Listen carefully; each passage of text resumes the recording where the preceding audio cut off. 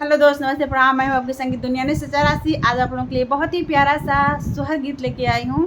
जो भाभी ननद को जब लड़का होता है तो देने के लिए ननद सोचती है सबसे कम देना पड़े, उसी टाइम का गीत है। आप लोग सुनिए।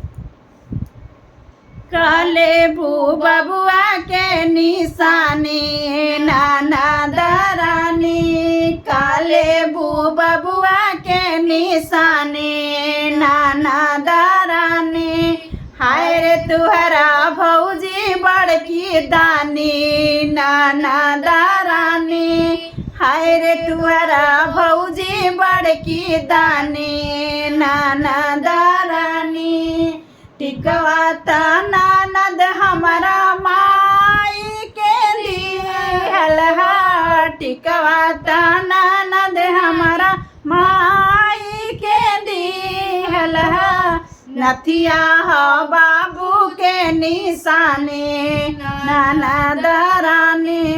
नथिया हो बाबू के निशानी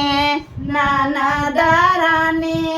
कौले बू बबुआ के निशाने नाना दरानी, काले बू बबुआ के निशाने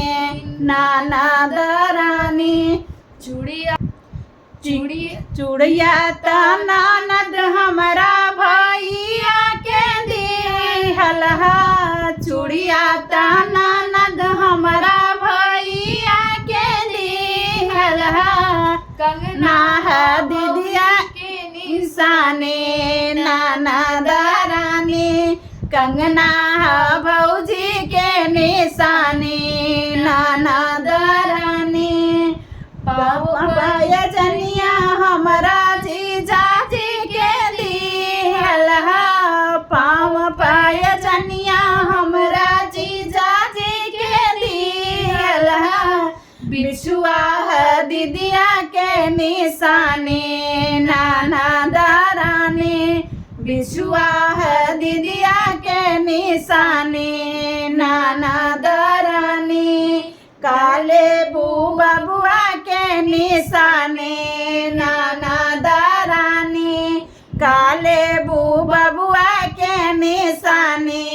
नाना दरानी,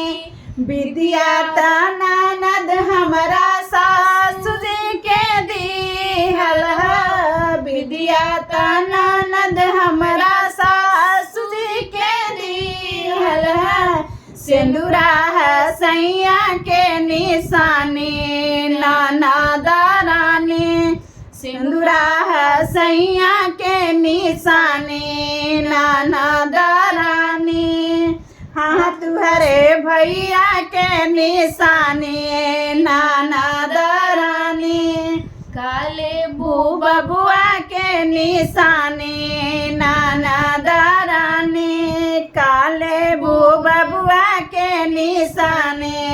नाना दरानी, रूपवा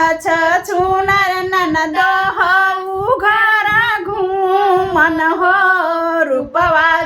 छुनर ननद हो घर घूमन हो, ठेंगा लेला बबुआ के निशानी नाना दरानी, ठेंगा लेला बबुआ के निशानी नाना दरानी,